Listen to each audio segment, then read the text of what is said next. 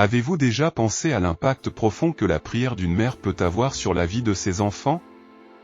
La prière d'une mère est une arme spirituelle puissante, capable d'atteindre le cœur de Dieu et de façonner le destin de ceux qu'elle aime le plus profondément dans ce monde. Aujourd'hui, nous allons méditer sur le pouvoir de la prière d'une mère pour ses enfants.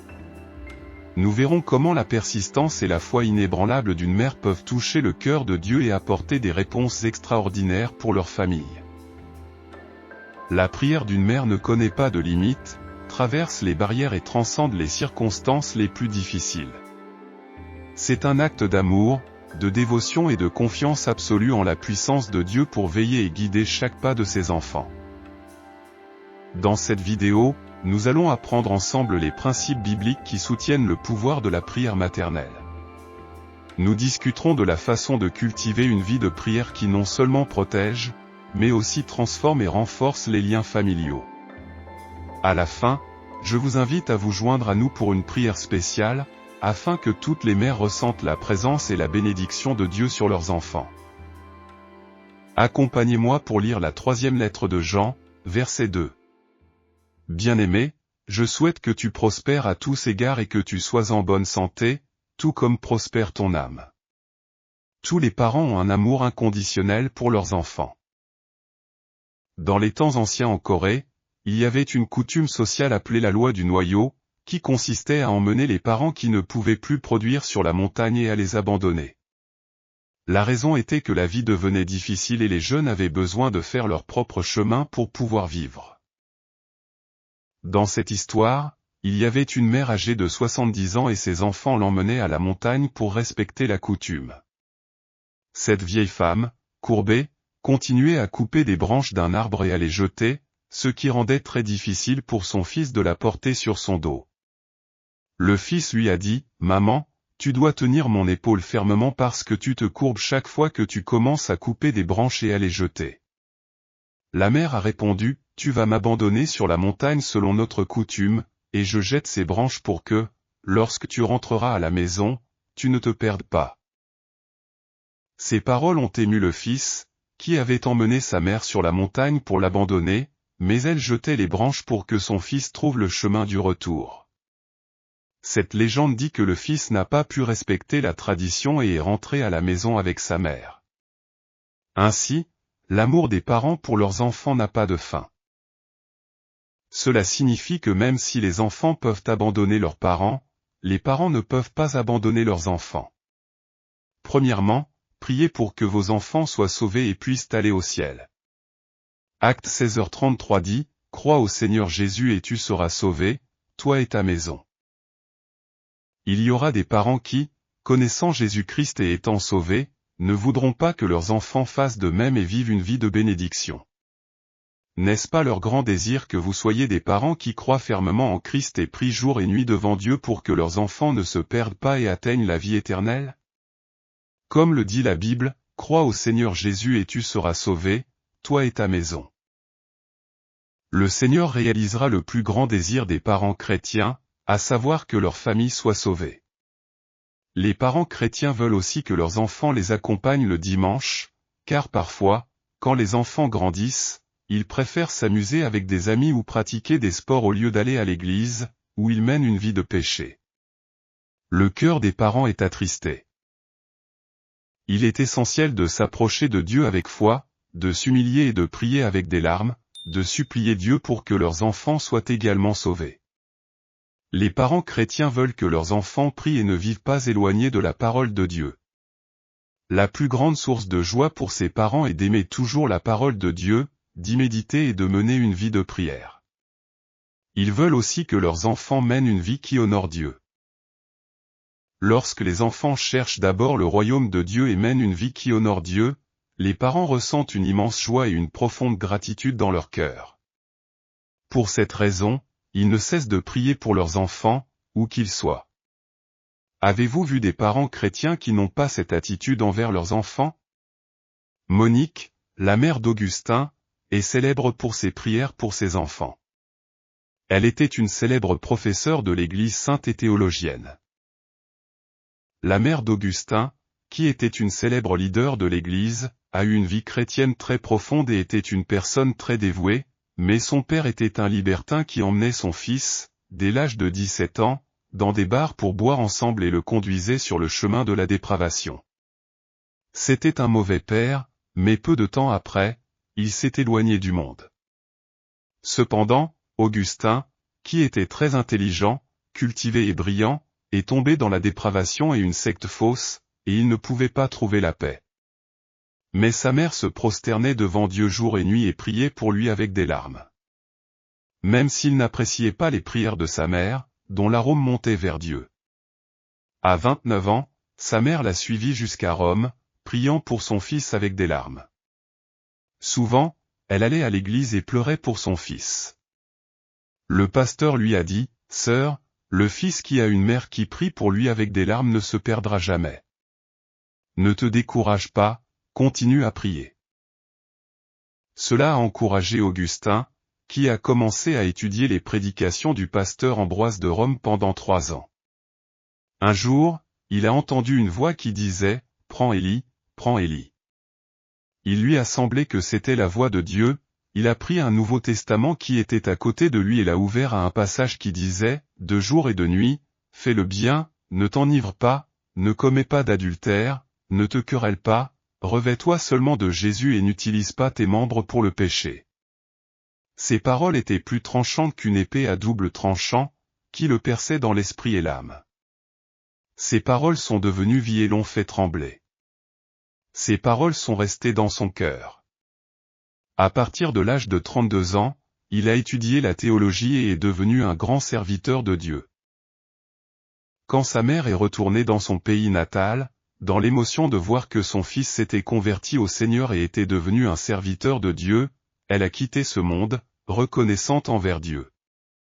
Augustin a fondé un couvent, formé des disciples, détruit la fausse secte de son temps et écrit 70 volumes de confession de sa vie marquée par des ambitions et des convoitises, devenant une vie de bénédiction et de sainteté.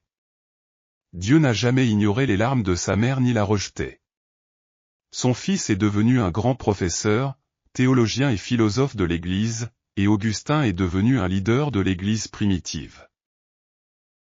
De cette façon, il n'y avait personne qui priait plus pour son fils que cette mère, et Dieu lui a répondu. Deuxièmement, prie pour que tes enfants réussissent dans ce monde. Troisième lettre de Jean 2 dit, « Bien-aimé, je souhaite que tu prospères à tous égards. » Où a-t-on vu des parents qui souhaitent que leurs enfants se sentent confus et désillusionnés? Les gens vaniteux ont faim et mendient. Tous les parents nourrissent leurs enfants, même s'ils ne mangent pas eux-mêmes. Ils les habillent même s'ils ne s'habillent pas, et font tout leur possible pour garantir que leurs enfants aient les meilleures études qu'ils n'ont pas pu avoir. Écoutez l'histoire d'un pasteur qui a travaillé diligemment toute sa vie pour l'Église. À l'âge de 70 ans, les anciens se sont approchés de lui et lui ont dit de prendre sa retraite, et qu'il lui donnerait une maison pour qu'il vive le reste de sa vie à écrire et qu'il soit bien, car il avait des enfants commerçants qui probablement lui demanderaient d'écrire pour résoudre quelques problèmes financiers. Ils lui ont dit, « Ne passe pas ta vieillesse dans la rue, nous te demandons de ne pas donner l'acte de propriété à tes enfants. » Mais il n'a pas écouté, et ils lui ont donné la maison. Après avoir pris sa retraite de l'Église, il a fait des affaires pour ses enfants et leur a prêté l'acte de propriété de la maison. Malgré l'avertissement des anciens de l'Église de ne pas donner la maison, il l'a donnée à ses enfants pour qu'ils demandent un prêt à la banque. Il a écouté les problèmes de ses enfants avec des larmes, mais sans plus de raisonnement, il leur a donné le titre. Serait-ce bon de ne pas l'avoir donné? Parmi vous, il y a des personnes qui, si leurs enfants passaient par quelque chose de similaire, ne le donneraient pas. Vous ne pouvez pas arrêter de donner à vos enfants. Les enfants ont dit au père, nous l'utiliserons juste pour quelques jours et te le rendrons. Il leur a donné le titre, mais comme ils ont donné un chèque sans provision, ils se sont ruinés et la famille de ces enfants a fini par fuir aux États-Unis. Ces anciens se sont retrouvés à la rue et bien que ses parents âgés n'aient nulle part où aller, ils n'ont jamais diffamé leurs enfants, même si leurs enfants les blessaient. Bien qu'ils souffraient horriblement, ils n'ont jamais parlé mal d'eux à personne. En tant que parents, vos paroles ont du pouvoir. Souvenez-vous de ne jamais parler mal de vos enfants, mais de toujours les bénir. J'ai lu une autre histoire vraie. En patrouillant, la police a trouvé un sac dans un tas de déchets. Il faisait du bruit, ils l'ont ouvert et ont trouvé un vieil homme paralysé à l'intérieur. Il avait été jeté à la poubelle, comme si les enfants ne pouvaient pas prendre soin de leur père paralysé. Ils l'ont emmené au poste de police et lui ont demandé son adresse et son téléphone. Le vieil homme a tout dit, mais quand ils lui ont demandé le nom de son fils, il a fermé la bouche fermement et n'a donné ni l'adresse ni le téléphone de son fils. Il a été emmené dans une maison de retraite où il est mort, mais il n'a jamais révélé le nom de son fils pour le protéger de futures représailles qui pourraient survenir pour avoir parlé. C'est l'amour d'un père pour son enfant. Ce n'est pas parce que je suis un grand-père ou une personne instruite, mais simplement par l'amour d'un père. La plus grande joie vient de Dieu. Pour les parents, le succès et le bonheur de leurs enfants, voir leur enfant réussir et bien vivre, rempli de satisfaction et de joie. Mais si leur enfant va mal, ils se sacrifient jour et nuit, avec des larmes, pour que tout se passe bien. C'est ce que les enfants doivent comprendre dans le cœur de leurs parents. Assurez-vous de prier tous les jours pour vos enfants avec cette promesse de 3 Jean. Jean mentionnait tous les jours le nom de ses enfants un par un et prophétisait, disant, « Cher fils ou fille, tu prospéreras dans tout ce que tu entreprendras. Tu seras béni dans tout ce que tu feras, et la bonté et la miséricorde te suivront tous les jours de ta vie. » Souvenez-vous qu'en tant que parents, vous avez une autorité spirituelle sur vos enfants, et vos prières et paroles détermineront leur avenir. Bénissez-les toujours avec vos paroles et dans vos prières, et ainsi ils vivront. Bénissez aussi vos petits-enfants et réclamez la promesse d'Exode 20, où il est dit que la bénédiction de Dieu viendra sur les justes pour 1000 générations. Troisièmement, priez pour que vos enfants vivent en bonne santé physique. Exode 15h26 dit, « Si tu écoutes attentivement la voix du Seigneur ton Dieu, et fais ce qui est droit à ses yeux, et écoute ses commandements et garde tous ses statuts, je ne t'infligerai aucune des maladies que j'ai infligées aux Égyptiens, car je suis le Seigneur, ton guérisseur. » Perdre de l'argent, c'est perdre quelque chose, perdre un peu d'honneur, c'est perdre beaucoup, mais perdre la santé, c'est tout perdre. Si un politicien perd la santé, sa carrière politique est terminée. Si un commerçant perd la santé, il ferme son entreprise. Si un pasteur perd la santé, son ministère pastoral est terminé. C'est pourquoi la santé est importante et les parents doivent souhaiter que leurs enfants jouissent de bonne santé. Quand j'étais simplement un membre d'une église de mission internationale dans la ville de Pusan, il y avait une vieille dame très maigre qui amenait sa fille, qui n'avait pas l'air très bien. Sa fille était enseignante à l'église, mais en raison d'une difficulté traversée, elle a eu des problèmes mentaux. Bien qu'elle ne soit pas une malade dangereuse, mais une personne humble et bonne avec un léger handicap mental, sa mère la tenait par la main et devait aussi la nourrir. La fille avait parcouru toutes les montagnes de jeûne qui existaient, souffrant. Finalement, elles sont arrivées à cette église et la mère devait rester à ses côtés toute la journée, même l'emmener aux toilettes. Ainsi, cette sœur d'environ 70 ans amenait sa fille à l'église et pleurait pour elle. À cette époque, j'étais simplement un assistant de plus dans cette église et je n'avais pas une vie chrétienne très fructueuse. Un jour, elle a pris ma main et m'a dit, « Frère, priez pour ma fille. Elle était une bonne fille et réussie, mais elle a perdu la raison. Priez pour elle, s'il vous plaît. » J'ai posé mes mains sur sa fille et je me souviens avoir prié pour elle, voyant qu'elle ne vivrait pas longtemps. Je m'inquiétais pour elle et ce qui se passerait si sa fille mourait. Je n'ai jamais oublié comment cette mère donnait sa vie aux côtés de sa fille pour qu'elle puisse retrouver la santé. Pour les parents, le plus grand bonheur est que leurs enfants soient en bonne santé. Si les enfants tombent malades ou ont des problèmes physiques, le cœur des parents souffre indescriptiblement. Les enfants doivent comprendre cette anxiété dans le cœur de leurs parents, car ils donnent tout pour que leurs enfants soient en bonne santé et vivent bien. Aujourd'hui, il n'y a pas seulement des enfants avec des maladies physiques, mais aussi mentales, en raison de la forte lutte pour l'existence et du stress intense qu'ils affrontent, perdant même leur travail. On dit qu'il y a des jeunes entre 20 et 30 ans dans des études supérieures qui ne travaillent pas et dépendent de leurs parents, connus sous le nom de jeunes kangourous, totalisant 1 million de personnes. Cette situation est alarmante, car ces jeunes errent sans travailler, ce qui est préoccupant. Par conséquent, le désir quotidien dans la prière des parents est que leurs enfants jouissent de bonne santé et aient un bon travail.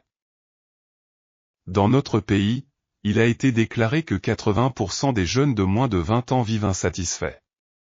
77% de cette insatisfaction est due à la forte pression entre les riches et les pauvres, et à l'environnement familial.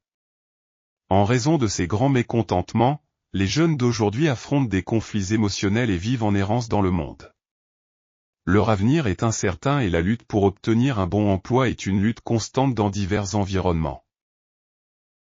En tant que tels, les parents doivent souhaiter pour leurs enfants une santé mentale, une santé physique, sociale et prier et clamer pour qu'ils l'atteignent.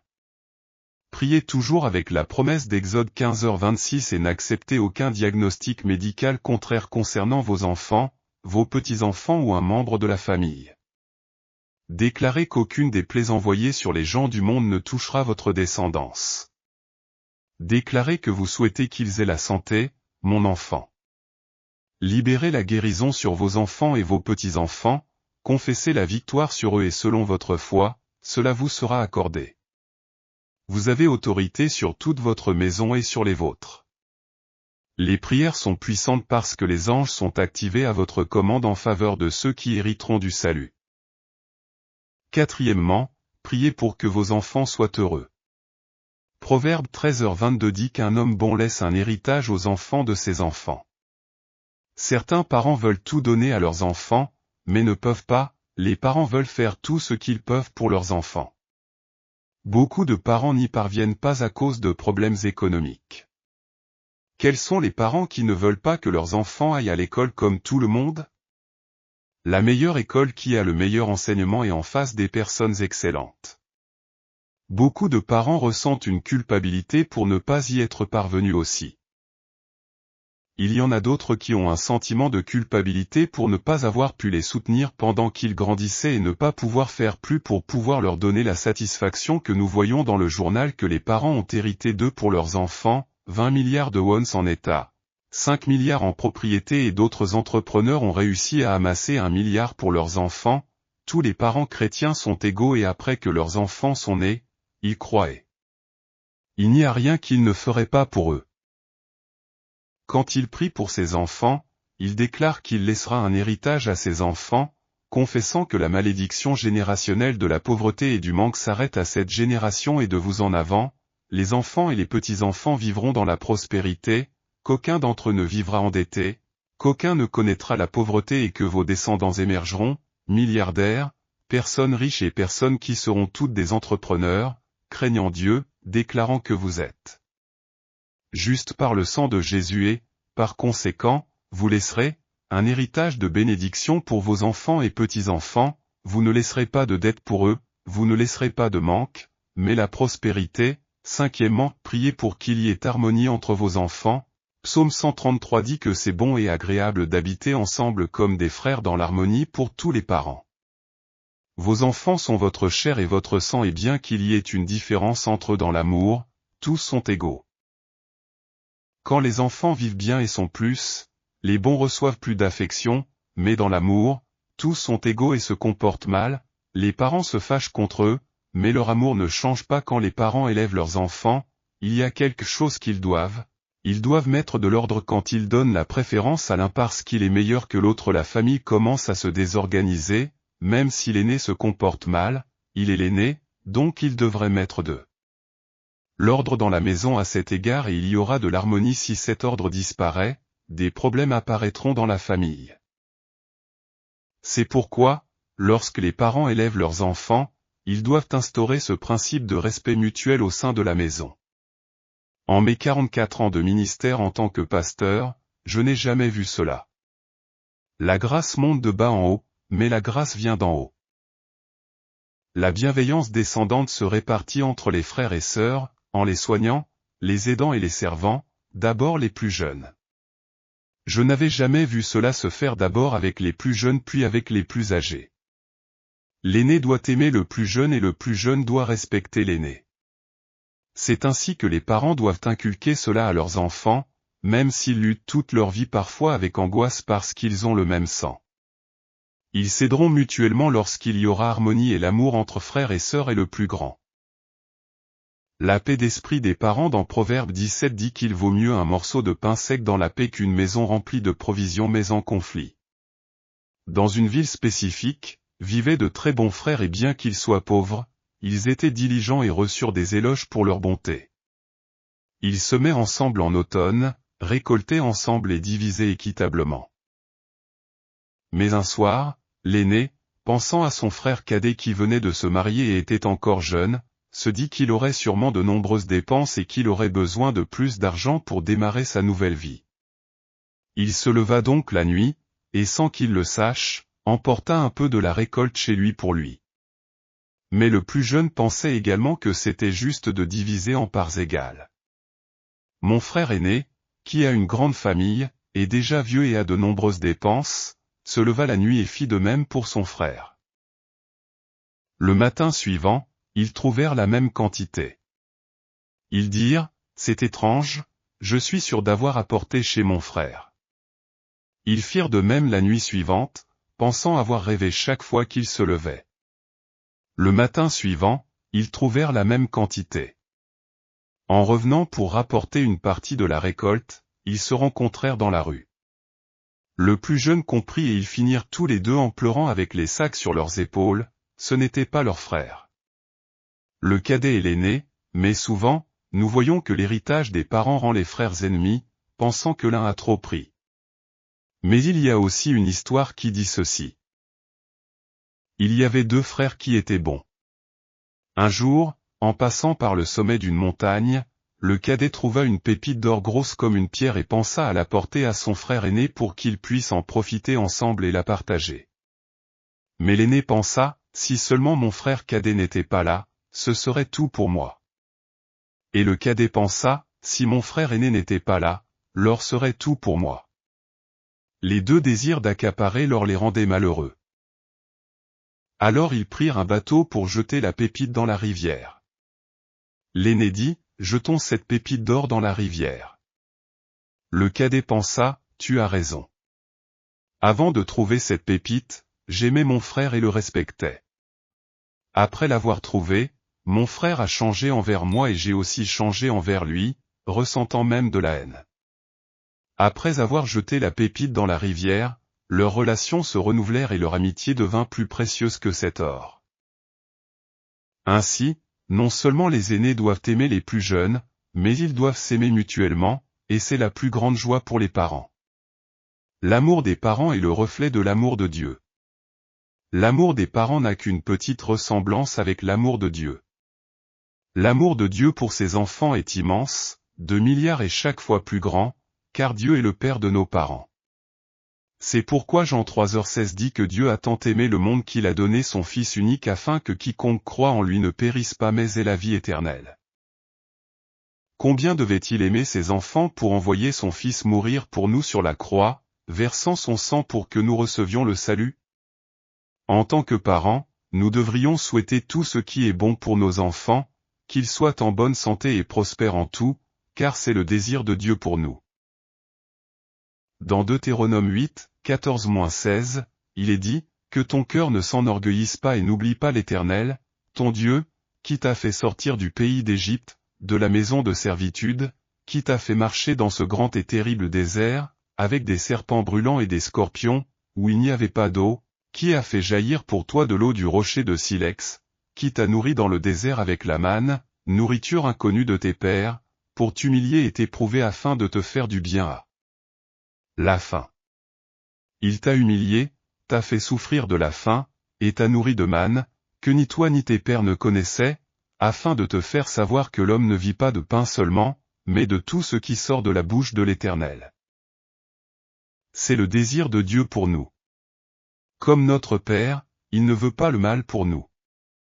Aujourd'hui, nous connaissons le désir que les parents ont pour leurs enfants, et les enfants doivent comprendre qu'ils doivent prendre soin de leurs parents dans leur vieillesse, les aimer et les réconforter. Prions pour nos enfants. Père, aujourd'hui, j'assume l'autorité que tu m'as donnée sur mes enfants et je les bénis. Je déclare sur mes enfants et mes petits-enfants, jusqu'à mes générations, qu'ils sont bénis. Je déclare qu'ils prospèrent en toutes choses, dans leurs études, dans leur travail, dans leur vie spirituelle. Je confesse aujourd'hui qu'aucun d'eux n'aura de maladie, ne tombera malade, personne ne souffrira d'accident ni ne sera blessé. Les anges actifs autour d'eux les garderont dans tout leur chemin. Je libère la vie spirituelle sur mes enfants, que le Saint-Esprit les convainque de péché, de justice et de jugement. Je demande pardon pour les péchés qu'ils commettent et j'applique le sang de Jésus sur eux. Je demande que tu ne vois pas la méchanceté de mes enfants, mais le sang de Jésus qui crie miséricorde. Je demande que tu apportes la faim et la soif de ta parole dans mes enfants. Je bénis mes enfants et ma famille avec bonheur et prospérité. Nous prions au nom de Jésus. Amen.